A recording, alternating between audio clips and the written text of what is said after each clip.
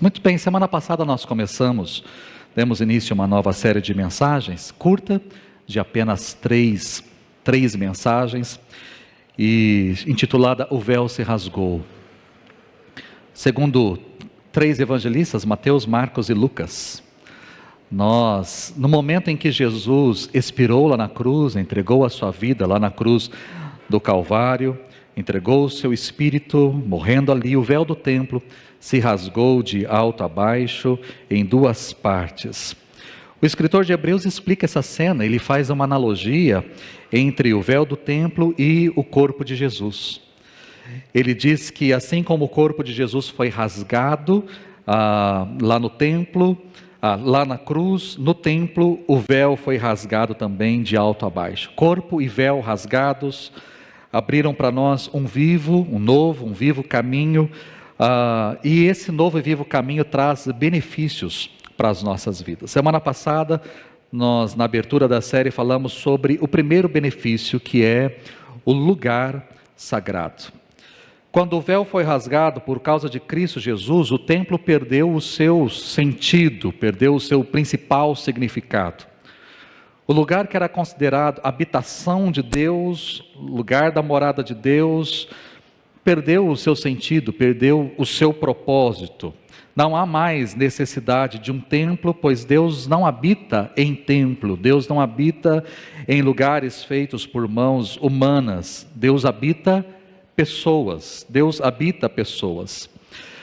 Deus não está mais no templo, Deus não está atrás de um véu, num lugar chamado Santo dos Santos, mas Deus veio habitar entre nós, Deus veio estar conosco. Por isso, Ele se tornou o Deus conosco, onde 2 ou 3 se reúnem em nome dEle, Ele se faz presente. Ele prometeu estar conosco todos os dias, até a consumação dos séculos. Então, através de nós tornamos morada do Espírito Santo de Deus, e através de nós, Deus habita este lugar, Deus habita o templo. Então, quando nós estamos aqui, Deus se faz presente. Quando nós saímos por aquelas portas, Deus caminha conosco, Deus segue conosco. Então, eu tornei morada de Deus onde eu estou, aquele lugar também se torna morada de Deus, habitação de Deus, lugar onde eu posso adorar, onde eu posso cultuar, onde eu posso servir a Deus. Então, não existe um lugar sagrado, mas todos os lugares se tornaram sagrados em Cristo Jesus. Hoje, nessa segunda mensagem, eu quero falar com você sobre um segundo benefício, conquistado também através deste véu do templo rasgado, que é o ministério sagrado. Hoje eu vou abordar essa segunda parte, né? Igual semana passada, eu vou trabalhar o Antigo Testamento, o Novo Testamento, a história da igreja e os desafios que nós temos para os dias de hoje. E eu começo essa mensagem abordando o texto de 1 Pedro, no capítulo 2, no verso 4 e verso 5, e também o verso 9. 1 Pedro, capítulo 2, verso 4 nos diz assim: à medida que se aproximam dele, quem se aproximam? Eu e você, tá certo? Nós, à medida que nós nos aproximamos dele, quem é ele? Jesus, a pedra viva. Então, à medida que nós nos aproximamos dele, nos aproximamos de Jesus, que é a pedra viva, rejeitada pelos homens, mas escolhida por Deus e preciosa para Ele, vocês também estão sendo utilizados como pedras vivas na edificação de uma casa espiritual para serem sacerdócio santo, oferecendo sacrifícios espirituais aceitáveis a Deus por meio de Jesus Cristo. Vocês, porém, são geração eleita, sacerdócio real, nação santa, povo exclusivo de Deus, para anunciar as grandezas daquele que os chamou das trevas para a sua maravilhosa luz.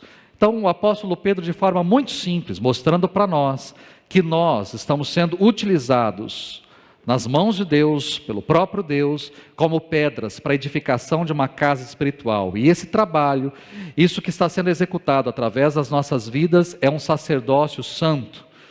E nós estamos, através do nosso trabalho, do nosso serviço, nós estamos apresentando sacrifícios espirituais ao Senhor. Nós somos sacerdócio real diante de Deus. Então, de forma muito simples, Pedro apresenta que todos nós somos sacerdotes diante de Deus. Mas para entender este texto, nós precisamos voltar para o Antigo Testamento. Enquanto Moisés estava lá no Monte Sinai, ele não recebeu apenas orientações sobre o lugar sagrado, sobre o tabernáculo, sobre o santuário onde eles deveriam cultuar ao Senhor. Ali também Moisés recebeu orientações com respeito à forma como este lugar deveria funcionar. Como que o tabernáculo deveria funcionar? Quais as pessoas que deveriam trabalhar naquele lugar?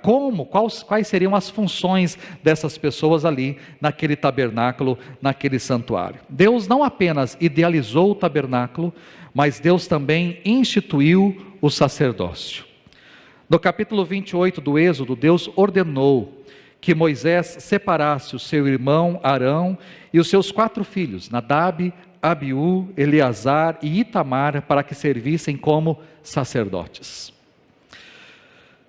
Eles deveriam ser separados, purificados, consagrados e ungidos para serem sacerdotes do Senhor. O ministério sacerdotal, então, não poderia ser exercido por qualquer tribo e não poderia ser exercido por qualquer família. Existia uma tribo específica, que era a tribo de Levi, e uma família específica, que é a família de Arão, para servir como sacerdote na presença de Deus. Além disso, os sacerdotes deveriam se vestir de forma diferente. Havia uma roupa especial para Arão e também para os seus filhos. Talvez Deus quisesse ali, através dessas roupas, ensinar as pessoas a ter respeito, a mostrar também a seriedade daquele serviço, a dignidade daquele serviço. As pessoas poderiam aprender, através só do visual, através daquilo que estava sendo apresentado ali, através daquelas roupas, as pessoas poderiam aprender a respeito do ofício, do zelo, da função, da necessidade daquele cargo, daqueles sacerdotes, daquele ofício. Os sacerdotes vestiam basicamente os sacerdotes são aqueles lá do fundo, que estão aparecendo aí na sua tela, de branquinho, lá o pequenininho. Então são roupas, apenas um calção por baixo, uma túnica ou manto, e utilizavam uma cinta, uma faixa ali na cintura, e na cabeça um gorro, uma tiara, um adorno. Já o sacerdote, a roupa era muito mais elaborada, Então existia o calção por baixo, depois existia uma túnica por cima, de linho branco, uma outra, um cinto feito com longa tira de linho bordado, uma túnica de éfode, que é esse tipo de avental azul que está por baixo, que tinha uns sinos de ouro na orla aí desse éfode. Depois tínhamos uma outra túnica, como se fossem dois aventais por cima, todos bordados. Por cima disso vinha um colete com 12 pedras preciosas, representando as 12 tribos. Nas laterais dessas 12 pedras existiam outras 2, que eram chamadas de Urim e Tumim, onde eram consultados, ali Deus era consultado, qual era a resposta de Deus.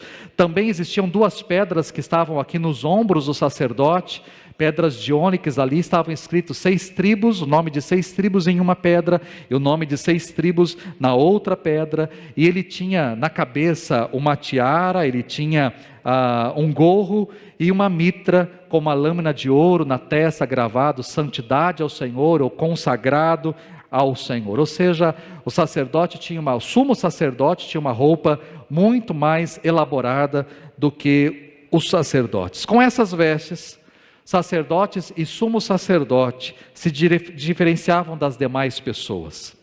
E diariamente eles serviam ao Senhor no santuário, no tabernáculo e depois no templo. O sacerdote nada mais era que um mediador entre Deus e os homens. As pessoas levavam os seus sacrifícios até o sacerdote. Era o sacerdote então quem matava o animal, quem limpava o animal, oferecia o animal ali em sacrifício. Então, através disso, ele representava o povo diante de Deus, ele levava o povo até a presença de Deus, e ao mesmo tempo, ele trazia o perdão, ele trazia a restauração, a graça de Deus para o povo. Então, o sacerdote era o intermediário, era aquele que estava no meio, entre Deus e o povo. É interessante que o Antigo Testamento tinha de forma muito clara qual deveria ser o papel do sacerdote. Mas ao mesmo tempo existia um desejo, existia algo no coração de Deus que ia além. Deus tinha algo além daquilo que foi estabelecido ali por Moisés, ou estava sendo estabelecido ali por Moisés. Êxodo capítulo 19, antes ainda sequer de receber a lei, Moisés tem essa explicação aí da parte de Deus: embora toda a terra seja minha, vocês serão para mim um reino de sacerdotes. Eu olho para esse texto e para mim fica muito claro que Deus desejava muito mais do que uma tribo que servisse, ou muito mais que uma família que servisse como sacerdotes. Deus queria um reino de sacerdotes, uma nação santa, uma nação voltada para Ele, um reino voltado para Ele e que o servisse de todo o coração.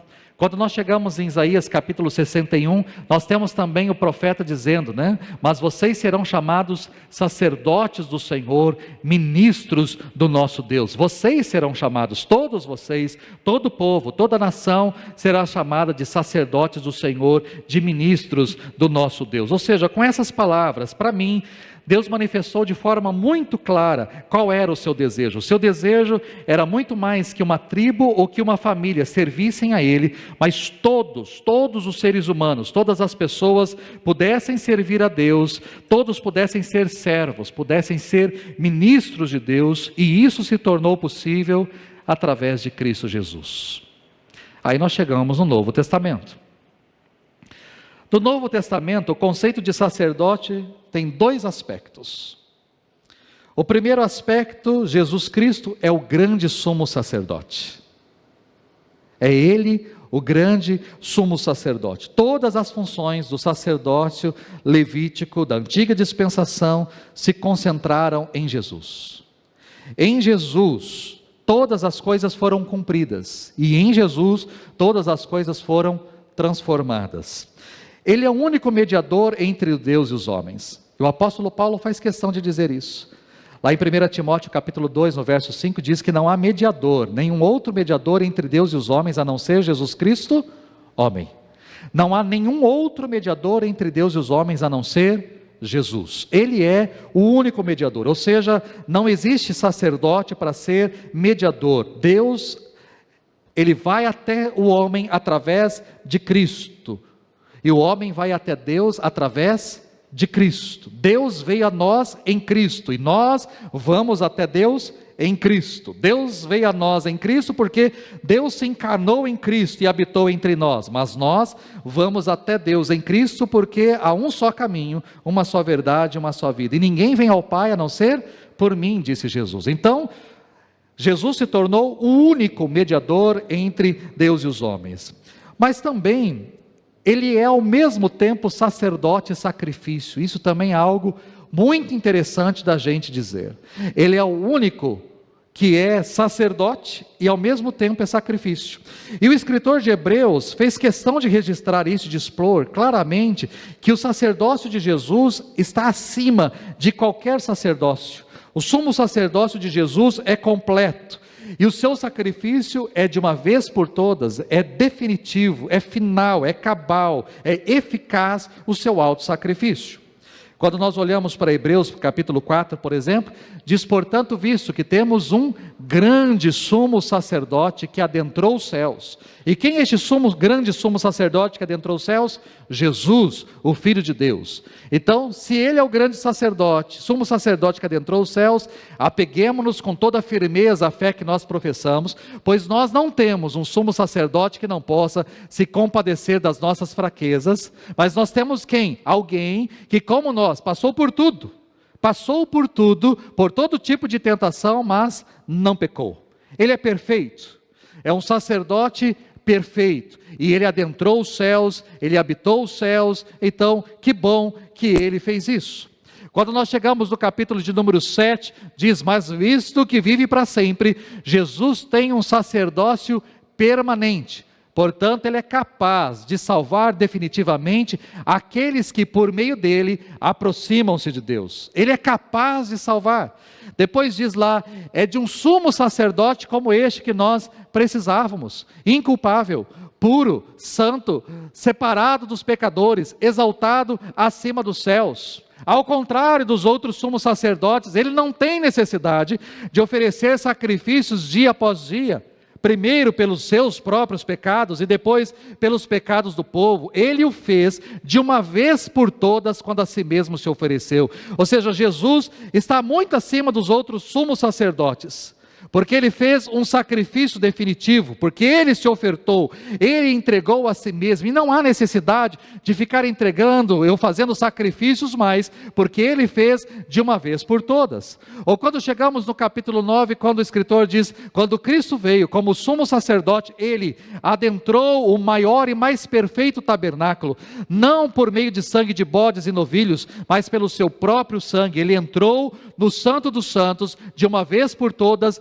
e obteve eterna redenção. Esse é Jesus. Ou seja, no Novo Testamento, quando olhamos para Jesus, ele é o principal sacerdote, ele é o sumo sacerdote, está acima de todos os outros, porque Jesus adentrou o maior e o mais perfeito tabernáculo, que não é feito por mãos humanas, que está nos céus, e ele adentrou na presença de Deus, oferecendo não sangue de novilhos, não sangue de bodes, não sangue de animais, mas o seu próprio sangue, e ali ele ofereceu um sacrifício definitivo e obteve redenção para todos nós. Então, esse é a principal coisa com relação ao sacerdócio do Novo Testamento. Mas quando olhamos para o Novo Testamento também, não só Jesus se transformou no sumo sacerdote, mas todos nós partilhamos desse sacerdócio, todos nós. Por causa de Cristo, eu e você nos tornamos sacerdotes. Foi o texto que nós lemos no princípio da mensagem. Vocês estão sendo utilizados como pedras vivas na edificação de uma casa espiritual para serem sacerdócio santo. Eu e você, em Cristo Jesus, nos tornamos sacerdotes. Todos nós nos tornamos sacerdotes. Todos nós podemos adentrar a presença de Deus. Todos nós podemos falar com Deus. Todos nós podemos obter perdão dos nossos pecados em Deus. Todos nós podemos oferecer o nosso culto a Deus. Todos nós podemos apresentar a nossa vida a Deus. Todos nós podemos servir a Deus, sermos ministros de Deus, podemos ser servos de Deus, todos nós. Ou seja, não existe uma pessoa, não existe um núcleo, não existe uma classe, mas todos nós podemos ser sacerdotes de Deus. Ou seja, à medida que nós nos aproximamos de Cristo, que é a pedra viva, Cristo nos torna cada vez mais sacerdotes. Aquele que é o sumo sacerdote nos capacita a sermos sacerdotes na nossa vida. Ou seja, o Novo Testamento não menciona a existência de um ofício sacerdotal na igreja. Todos nós nos tornamos sacerdotes diante de Deus. Esta é a mensagem. Bem, se no Novo Testamento não há menção de um ofício sacerdotal, o que aconteceu? O que aconteceu para que então nós tivéssemos sacerdotes hoje? Então aí nós precisamos olhar um pouco para a história da igreja. O verdadeiro motivo para que houvesse essa mudança, primeiro houve um declínio espiritual. A igreja carismática, a igreja fervorosa, a igreja comprometida, a igreja começou a esfriar. E não muito tempo depois. Quando você pega, por exemplo, as cartas de Jesus no Apocalipse para 7 igrejas, você vê um Jesus elogiando alguns aspectos, na grande maioria das cartas, pelo menos em 4 cartas nós temos elogios e temos críticas. Tenho porém contra ti, que você abandonaste o seu primeiro amor. Tenho porém contra ti, que você tem fama de que está vivo, mas está morto. Eu tenho porém contra ti. Ou seja, a igreja foi esfriando. Tempo a tempo, ano a ano, a igreja foi esfriando. Talvez porque Jesus não tinha voltado, talvez porque uma série de fatores, perseguição, gnosticismo, um monte de coisa pode ter acontecido para que a igreja acabasse se esfriando. Mas, além desse declínio espiritual, houve a instituição do sacramentalismo. Então preste muita atenção naquilo que eu vou te dizer aqui. Houve a instituição do sacramentalismo. e principalmente com relação àquilo que nós vamos fazer nessa noite, que é a ceia do Senhor. Aquilo que era para ser uma refeição comum, quando Jesus reuniu seus discípulos ali na sua última noite antes de ser morto, ele tomou o pão, partiu, deu graças e disse para os seus discípulos: tomem, comam, tomem, bebam, façam isso em memória de mim. Era para ser uma reunião festiva, era para ser uma refeição festiva, mas ela deixou de ser uma reunião festiva, uma celebração, para se tornar essência da salvação. A ceia se tornou sacramento. Na nossa igreja nós temos 2 sacramentos. A igreja católica existem 7, outras igrejas têm outros números, mas nós temos 2 sacramentos, batismo e ceia, 2 sacramentos apenas. Mas a ceia se tornou um sacramento, ao invés de ser uma ordenança, pura e simplesmente uma ordem, um cumprimento de uma ordem, porque Jesus deu 2 ordens. Uma ordem é com relação à ceia, né? Fazer isso todas as vezes em memória de mim, é uma ordem.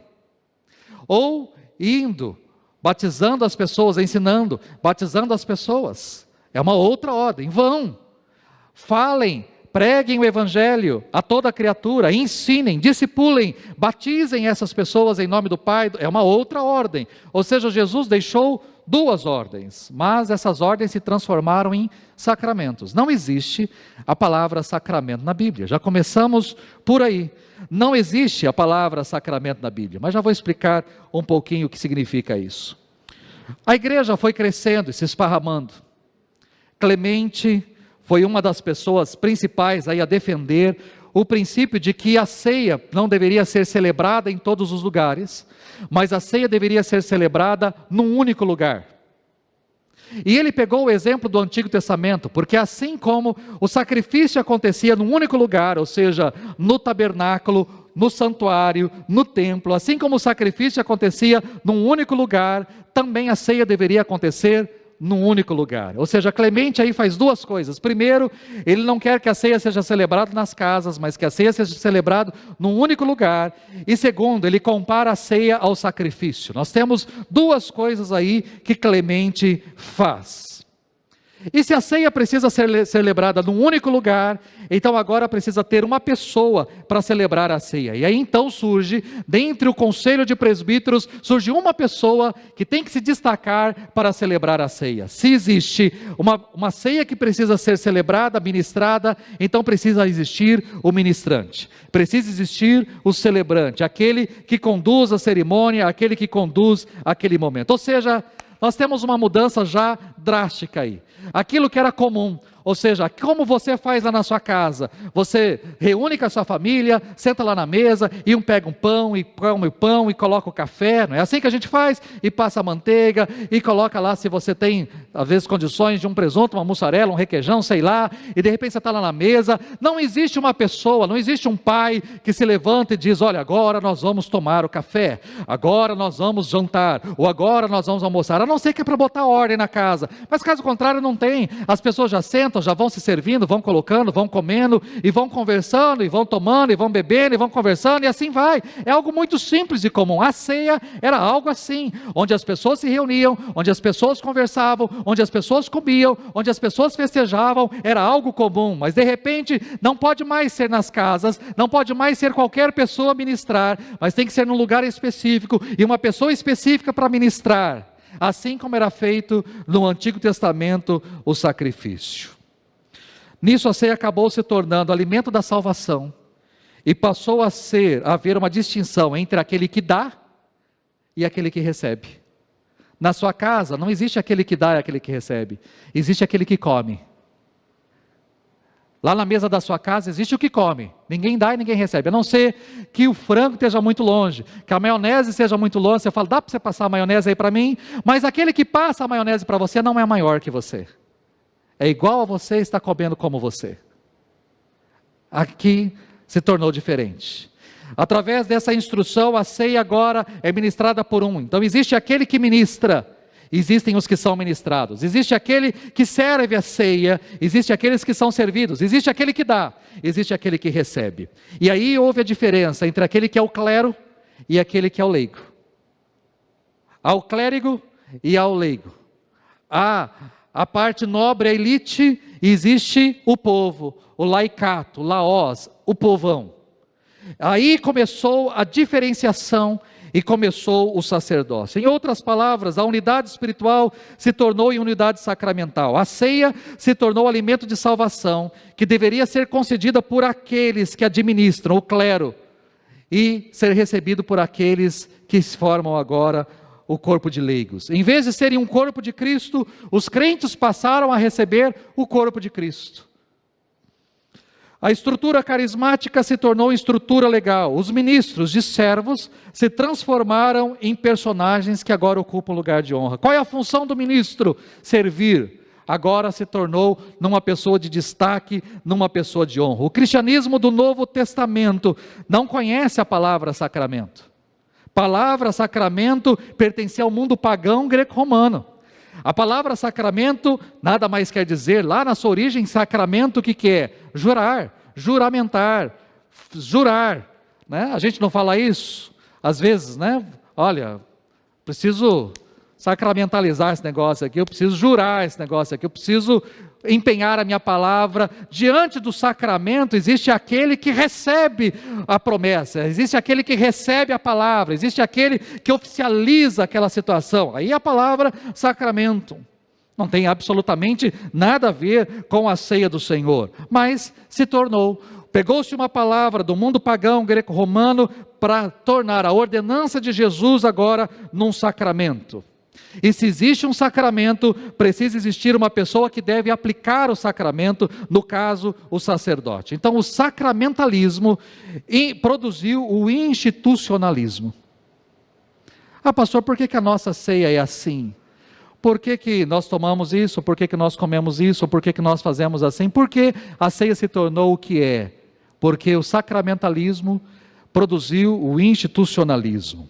A ordenação, que se tornaria mais tarde, né, também num sacramento dentro da Igreja Católica, surgiu desse contexto. É uma outra palavra estranha. O Novo Testamento não fala de ordo, e o Novo Testamento não fala de ordinatio. Não existe ordem e não existe ordenação no Novo Testamento. Essas duas palavras também pertencem ao Império Romano. Ordo, que quer dizer ordem, e ordinatio, que quer dizer ordenação. Ou seja, uma pessoa é ordenada para participar de uma ordem.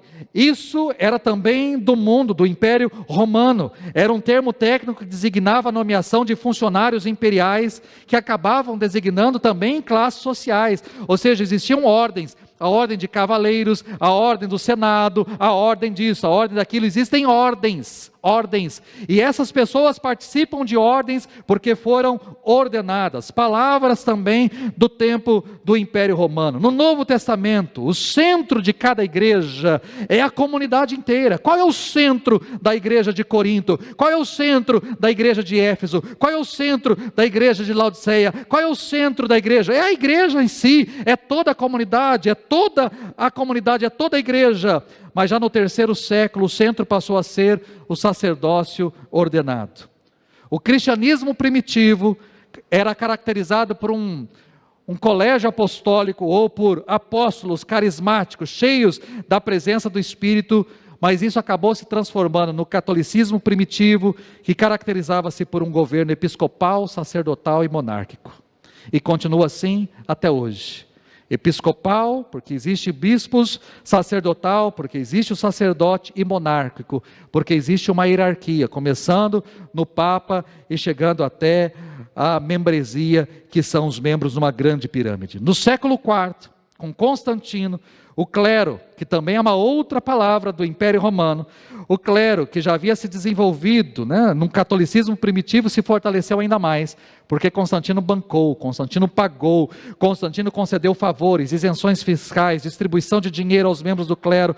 O clero agora passou a se concentrar nos templos. A ideia de um lugar sagrado, acrescentou-se também agora a ideia de um ministério sagrado, considerado em posição de honra acima dos leigos.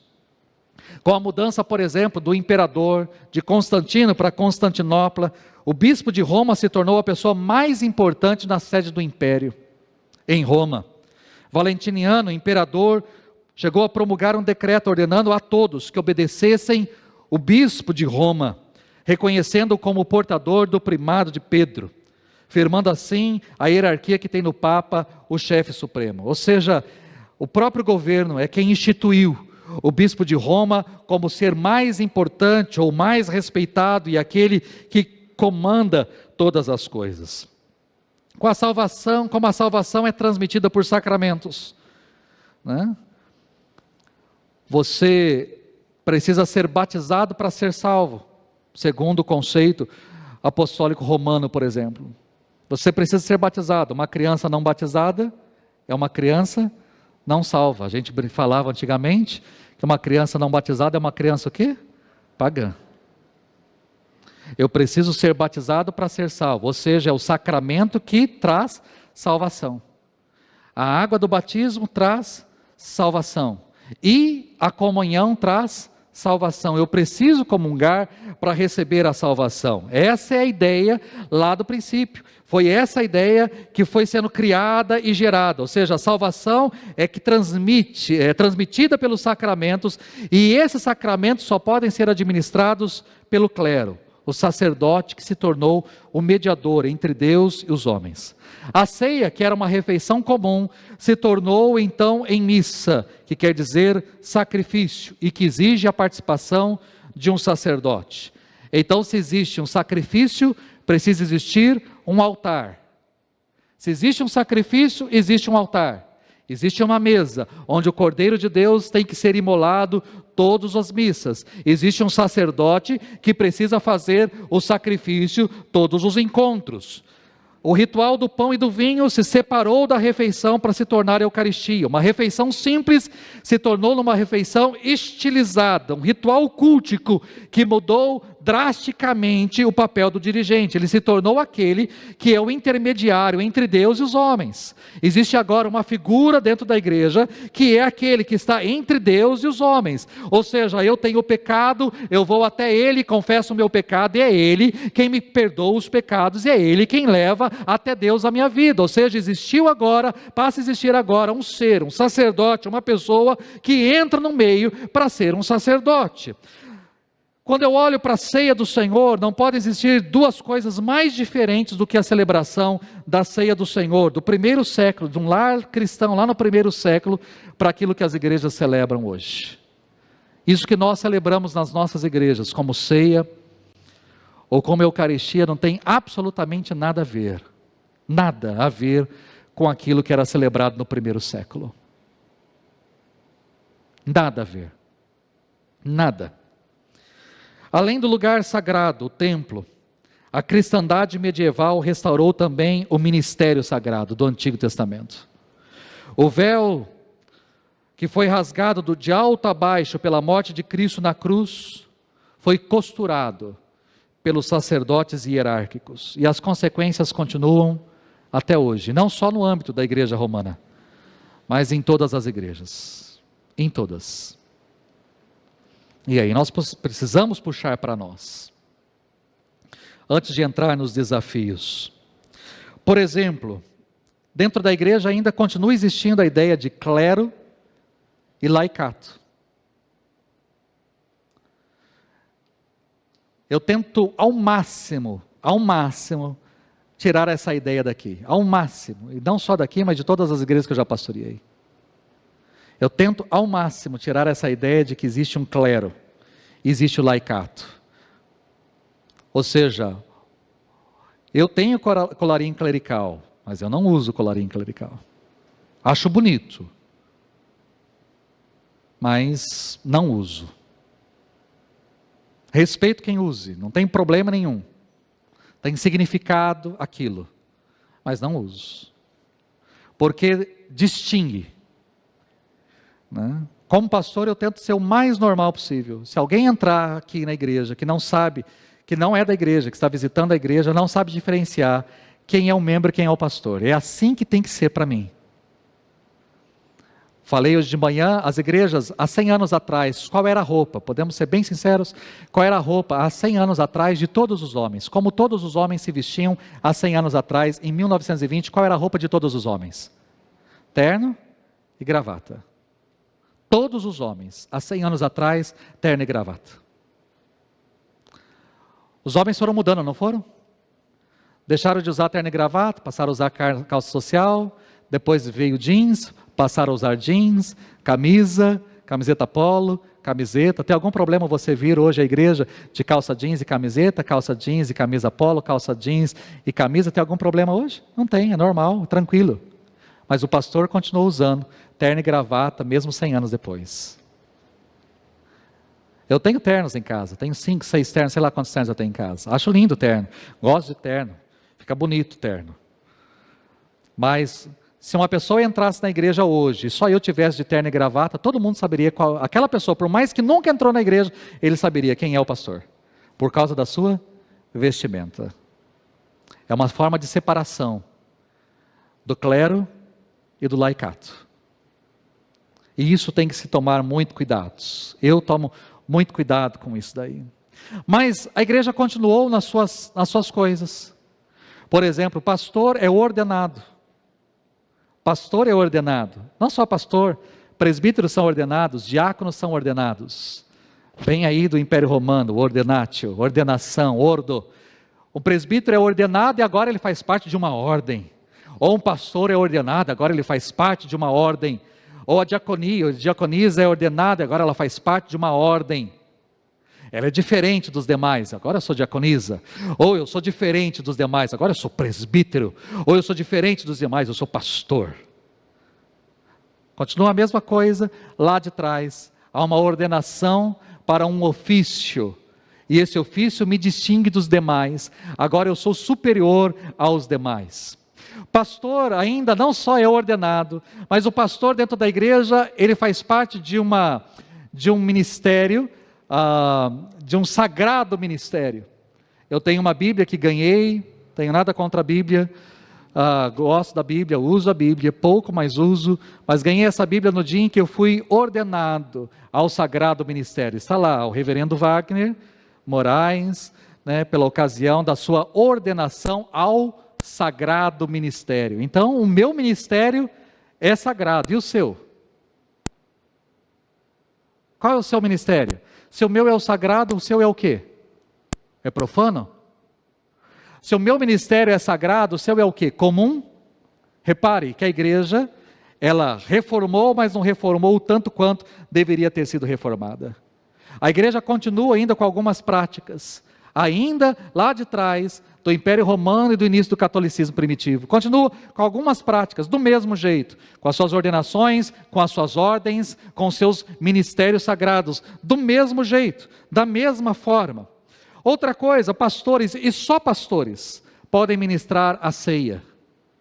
Vamos supor que agora à noite, né, estivesse vindo para cá, e ali talvez na rotatória, ou uma das ruas aqui, de repente um outro carro viesse violentamente e batesse contra o meu carro, eu não tivesse condições de vir para cá, eu tivesse que ir para um hospital. O que iria acontecer?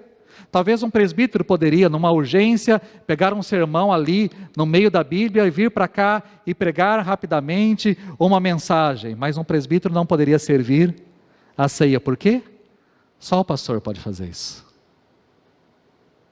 Só o sacerdote pode fazer isso.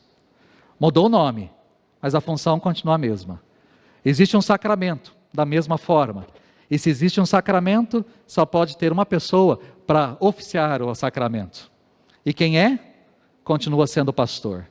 Você pode estar lá numa floresta amazônica da vida, num sertão da vida, e de repente uma pessoa à beira da morte, caída à beira do caminho, e você para falar com aquela pessoa, e a pessoa vê que você tem Deus na vida, e ela quer ouvir ali, ela consegue ouvir um pouco da história, ela pode ouvir um pouco a respeito de Jesus, e ela fala, eu quero isso, eu quero esse Jesus na minha vida, mas ela está morrendo. E ela fala, o que eu tenho que fazer? Aí você fala, você tem que crer, porque batizado você não pode. Porque não dá tempo de eu chamar o pastor, e o pastor vir agora de jegue aqui para batizar você, não vai dar tempo. O que te impede? O que te impediria de falar, espera aí, eu tenho água aqui. Eu vou batizar você em nome do Pai, do Filho e do Espírito Santo. O que é que te impede? A igreja te impede. Continua a mesma prática. Então a gente tem que ser crítico. Sempre fui com relação a isso, sempre na minha vida. Isso não é algo novo. Sempre, aqueles que foram meus alunos da escola dominical, sempre ouviram isso de mim. Sempre ouviram. São coisas que particularmente eu não concordo na vida da igreja. Vão morrer não concordando, mas vão morrer não concordando e sabendo que a igreja jamais vai mudar. Eu lembro os presbíteros talvez mais antigos aqui, em 1999, foi liberado para os presbíteros impetrarem a bênção. Lembram disso? Os presbíteros antigos, até então, só o pastor podia impetrar a bênção.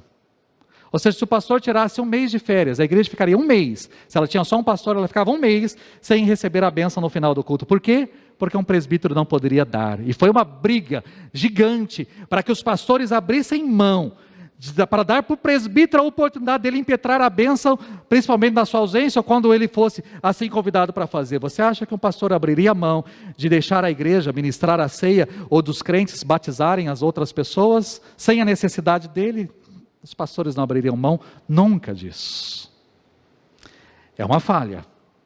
E a gente tem que ter ciência disso como igreja. Muitos pastores, e talvez até mesmo a denominação geral pode ouvir isso daí. Eu não estou levantando motim, eu sou obediente à igreja, eu só batizo, eu ministro a ceia, os pastores fazem isso, eu cumpro com todas as leis e normas, mas nem por isso eu concordo com todas. Sempre fui crítico, e sempre vou ser crítico nessa direção. Continuamos com erros do passado, que a história da igreja trouxe, e nós continuamos navegando nesses mesmos erros. Quais são os desafios para nós, diante dessa palavra? Eu trago alguns desafios para mim e para você. Primeiro, em Cristo todos nós somos chamados ao serviço, essa é a primeira coisa. Todos nós somos chamados ao serviço. Aquele que veio, não para ser servido, mas para servir, nos deixou exemplo. Então você é chamado para servir, saia do banco, é chamado para servir. Ah, pastor, eu tenho idade, não tem problema, com a sua idade você serve. Ah, pastor, eu sou muito novo, não tem problema, com a sua idade é que você tem que servir. Não tem desculpa de que eu sou muito novo, você é chamado para servir. Ah, eu tenho muita coisa para fazer, que bom que você tem muita coisa para fazer, trabalhe um pouquinho mais para o Senhor. Se você tem muita coisa para fazer lá fora, faça um pouco mais aqui dentro. Sirva, você é chamado para servir. Segundo, não existe um ministério sagrado. Todos os ministérios, para mim, são sagrados. Não existe um ministério sagrado. Não existe um ministério mais importante que o outro. Não existe. Não há hierarquia no reino de Deus. Ninguém vai chegar lá na porta do céu dizendo assim, ó, eu era pastor. Eu preciso ter um lugar diferente no céu, porque eu era pastor. Ou era o presbítero lá da igreja, era o apóstolo, era o bispo. A minha casa tem que ser melhor. Ninguém vai chegar lá no céu e falar assim, ó, eu era apóstolo lá na terra, lá no Brasil eu era apóstolo, então eu não posso ter a mesma casa que o pastor Wagner, a casa do pastor Wagner tem que ser menor, a minha casa como apóstolo tem que ser maior. Não existe isso no céu. Não existe hierarquia no reino de Deus, não existe hierarquia no corpo de Cristo. Existe aquele que é o cabeça. E quem que é o cabeça da igreja? Quem é o cabeça da igreja? Jesus. Ele é o cabeça da igreja. O resto é o quê? Corpo. Eu e você somos corpo. Eu tenho uma função diferente da sua, assim como o corpo. A minha mão tem uma função diferente do meu pé. O meu nariz tem uma função diferente da minha boca. O meu estômago tem uma função diferente do meu coração. Tem funções diferentes, mas eu posso dizer que alguma parte do meu corpo é mais importante, que eu não necessito de outra. Tudo nós precisamos. Somos corpo e precisamos funcionar de forma diferente, mas todas as partes são importantes, todas. Não existe um ministério sagrado ou um sagrado ministério. Eu me recuso a isso daí. Não há um sagrado ministério, porque se existir um sagrado ministério, o que é os outros? Quais são os outros? Eu posso até entender o ministério ordenado como está na Constituição e o não ordenado. Tudo bem, ok, não concordo com ordenação também, porque não era isso que existia lá no Novo Testamento. A imposição de mãos do presbitério era uma forma de conceder graça à pessoa, e não de colocar a pessoa numa classe, numa ordem especial. Não existe ordenação, existe graça. Eu estou te dando graça de servir, eu não estou te colocando num patamar para servir. No Novo Testamento nós não temos pessoas em pedestais, nós temos pessoas com bacia e toalha na mão para servir. É essa a função do Novo Testamento, é ser servo e não estar num pedestal. Pode existir ministérios ordenados e não ordenados, segundo a Constituição, mas para mim e aos olhos de Deus, tanto faz você ser ordenado ou não. Aos olhos de Deus isso não tem importância, isso não tem valor. Isso não é mérito, não tem absolutamente nada. Não existe um sagrado e um profano, não existe um superior e um inferior, não existe um mais importante e um secundário. Para Deus todo mundo é servo, é sacerdote, é ministro, é útil, é importante, é isso que importa. Eu estou aqui pregando, mas enquanto eu estou aqui pregando, existem professores que estão ministrando lá na sala. Você quer dizer que eu sou mais importante do que aqueles que estão ministrando para as crianças lá? E se você quiser saber, o meu chamado pastoral começou numa sala de aula com uma professora, do que com um pastor pregando num púlpito. Eu estou aqui pregando e falando, eu posso até tocar, eu posso cantar, eu posso pregar, mas eu não posso estar à porta para receber as pessoas, eu não consigo fazer tudo ao mesmo tempo. A igreja não é feita só de uma pessoa. Existem aqueles que estão à porta, existem aqueles que vão entregar cestas básicas amanhã, existem aqueles que estão fazendo suco e café, existem aqueles que estão dando aula para as crianças, existem aqueles que estão trabalhando na parte técnica. Eu posso estar aqui pregando, mas tem gente operando lá atrás, tem gente fazendo serviço lá atrás.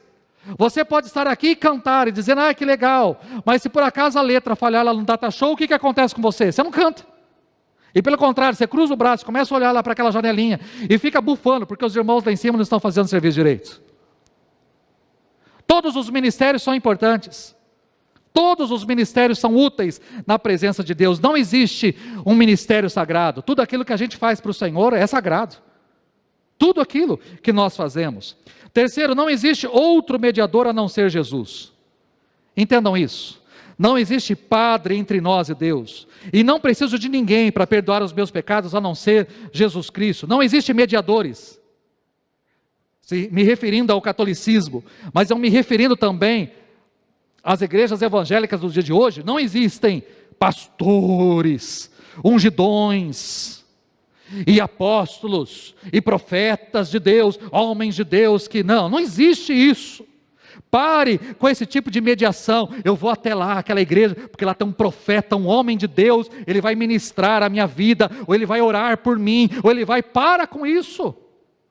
Jesus Cristo morreu na cruz do Calvário, Ele entregou a sua vida, a sua carne foi rasgada para quê? Para que você entrasse com ousadia na presença de Deus, não é para que outra pessoa entre no seu lugar. É você que tem que entrar na presença de Deus, é você que tem que orar, é você que tem que buscar. Talvez nos sentimos fracos em alguns momentos e podemos buscar a presença de outra pessoa dizendo, me ajude em oração, mas não dizendo, ore você porque eu não vou orar. Ou busque você porque eu não sou capaz, ou faça você porque não, ou entra você na presença de Deus porque não. É você que tem que pedir, é você que tem que buscar, é você que tem que bater, não é a outra pessoa que tem que fazer isso por você. Então existe isso dentro da igreja evangélica também, pessoas que consideram os pastores, ou os pregadores, ou os apóstolos, os tais, os profetas, os homens de Deus, as mulheres de Deus, e aí eu corro para lá, porque essa pessoa se torna o quê? Um sacerdote entre mim e Deus. Pare com isso, não existe mediadores entre nós e Deus. Quarto, não atribua aos pastores aquilo que não é próprio deles. Muitas igrejas promovem os pastores a um nível que eles não têm. Não endeusem seus pastores. Minha função, queridos, é pastorear você, é cuidar de você, é alimentar você, é orar com você, é socorrer você, ajudar naquilo que você precisar. Função de pastoreio, mas não coloquem pastores em pedestais. Nenhum pastor, por melhor que ele seja, por mais excelente que ele seja, não coloque pastor num nível que não existe. E alguns ainda se utilizam de títulos, de nomenclaturas, agora eu sou bispo, agora eu sou apóstolo, agora eu sou sei lá o quê. Brinquei hoje de manhã que quando nós estávamos fazendo esse palco aqui na frente, as pessoas que trabalharam, quebraram aqui, passaram toda a fiação, trouxeram para cá, todos eles eram pedreiros, mas eram pastores, não, eram bispos e apóstolos. Eu lembro que um dia eu estava lá no fundo, lá encostado na parede, e eles tentando puxar o cabeamento, não dava certo, porque tinha coisa aqui enterrado, e emperrando, e não dava certo. Falou, pastor, eu não sei o que fazer, agora eu não sei mais o que fazer. Eu falei, cara, se você que é apóstolo não sabe, muito menos eu que sou pastor. Se você é apóstolo, você está muito mais acima, apóstolo, bispo, depois vem um pastor aqui, ó. Se você não sabe, eu vou saber, você está lá com o homem. Né? São nomenclaturas para dizer, eu sou apóstolo, tem uma igrejinha desse tamanho, com meia dúzia de gente, uma única igreja, eu sou apóstolo. Que apóstolo? Caiu do cavalo, viu Jesus, Jesus falou que você apareceu para você assim como apareceu para Paulo, porque é o último dos apóstolos. Não tem essa questão de sou apóstolo, sou bispo, é tudo nomenclatura para dizer eu sou melhor, eu sou mais especial. Para com isso. Com esse tipo de, eu preciso de uma cobertura espiritual. Eu lembro de um dia que um presbítero, que era presbítero em Amambá e morava em Assis, chegou para mim em Assis e disse, pastor, eu vim aqui conversar com o senhor porque eu preciso de alguém para me dar cobertura espiritual. Eu falei, querido, se você precisa de cobertura espiritual, volte para a igreja, se torne membro da igreja, frequente uma igreja, que eu possa então, como pastor, cobrir você espiritualmente. Agora vira no meu gabinete para conversar meia hora comigo e querer que eu seja cobertura espiritual sobre a sua vida, me desculpe, se você não está debaixo da minha alçada, Deus te abençoe, morreu depois. Vamos entender isso? Cobertura espiritual. Eu preciso de... Não, já vi pessoas dizendo assim, eu fui conversar com o pastor, para o pastor liberar o meu namoro. O pastor tem que liberar o seu namoro? Para mim quem tinha que liberar o seu namoro é seu pai e sua mãe. É o pastor que tem que liberar. Agora o pastor virou o quê? Santo casamenteiro? O que o pastor virou? Que tem que liberar o seu namoro, dizer se você é capaz. Não, é seu pai e sua mãe que tem que dizer, você tem condições ou não tem, é capaz ou não é. Não é o pastor. Ou seja, atribui aos pastores... Não tem nada, eu sou chamado para servir. Eu sou chamado para servir você, para abençoar você, para promover o corpo de Cristo, mas não sou chamado para me tornar Deus, não sou chamado para me tornar... Não.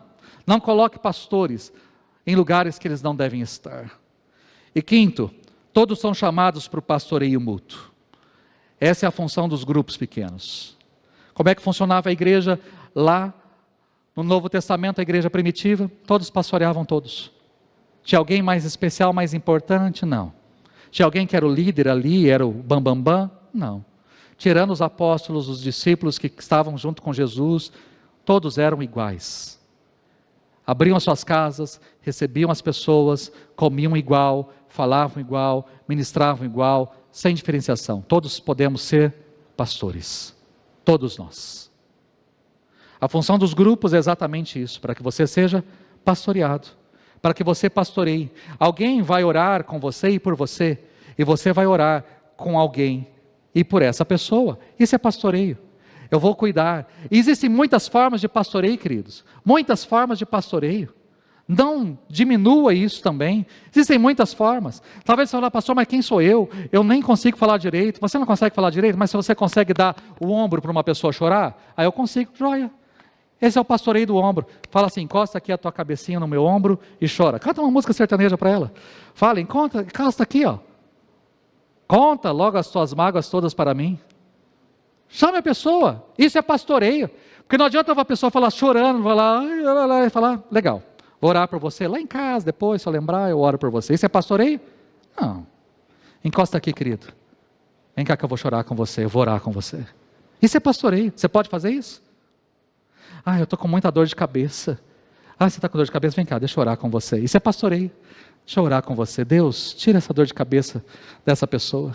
Essa enfermidade, essa dor que ela está sentindo. Você pode fazer isso? Eu posso fazer. Então isso é pastoreio.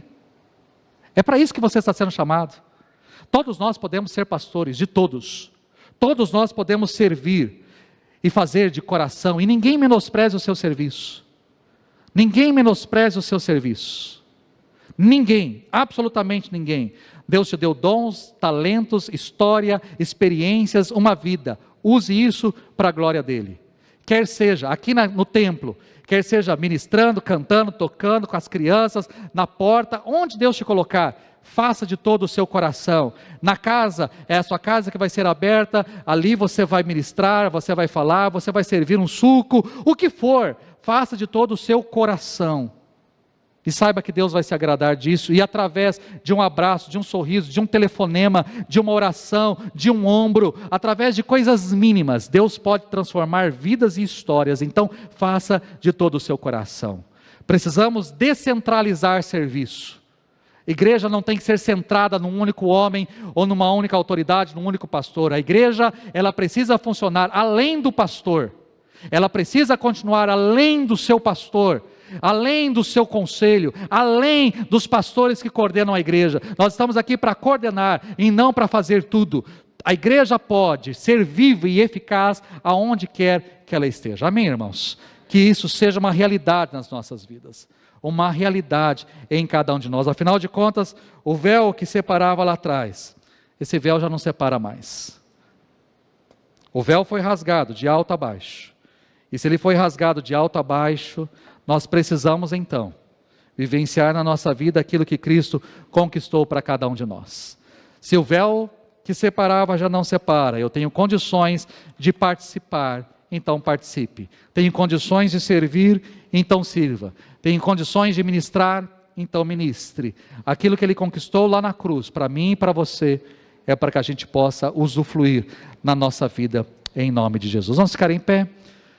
Eu quero que você cante essa canção, que você provavelmente conhece muito e muito bem, composta pelo Asaf, que você esteja dizendo isso, que você esteja afirmando a respeito disso, aquilo que Cristo conquistou, desse novo e vivo caminho em Cristo Jesus, e depois nós vamos participar da mesa do Senhor.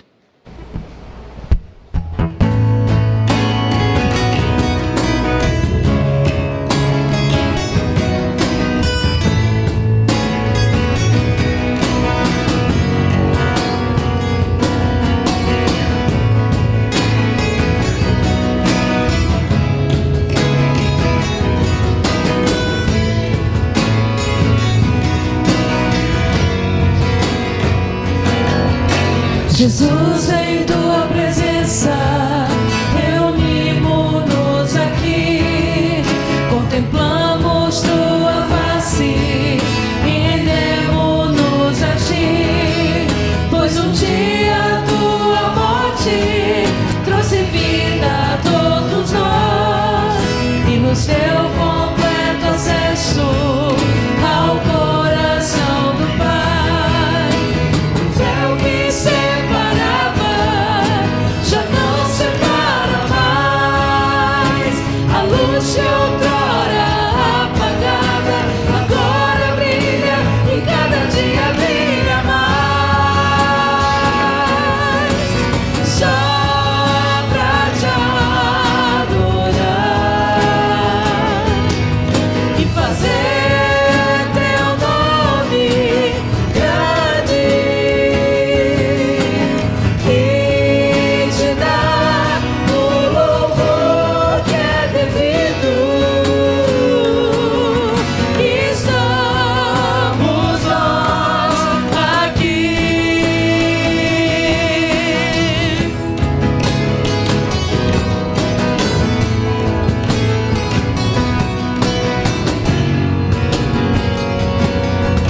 Jesus, em tua presença, reunimos-nos aqui, contemplamos tua face e rendemos-nos a ti, pois um dia tua morte trouxe vida a todos nós e nos deu completo acesso ao coração do Pai.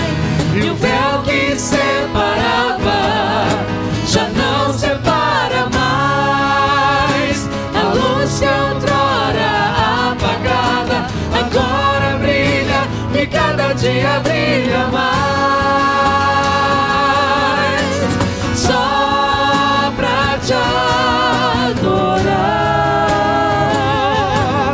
e fazer teu nome grande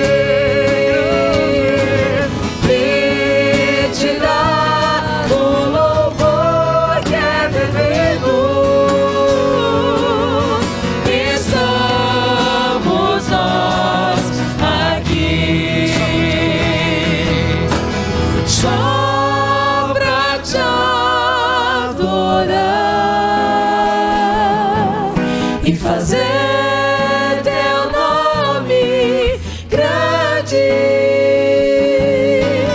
e te dar o louvor que é devido. E somos nós aqui. Senhor, nós estamos aqui para servir ao Senhor, adentrar o santo lugar, o santo dos santos, e servimos o Senhor de todo o nosso coração.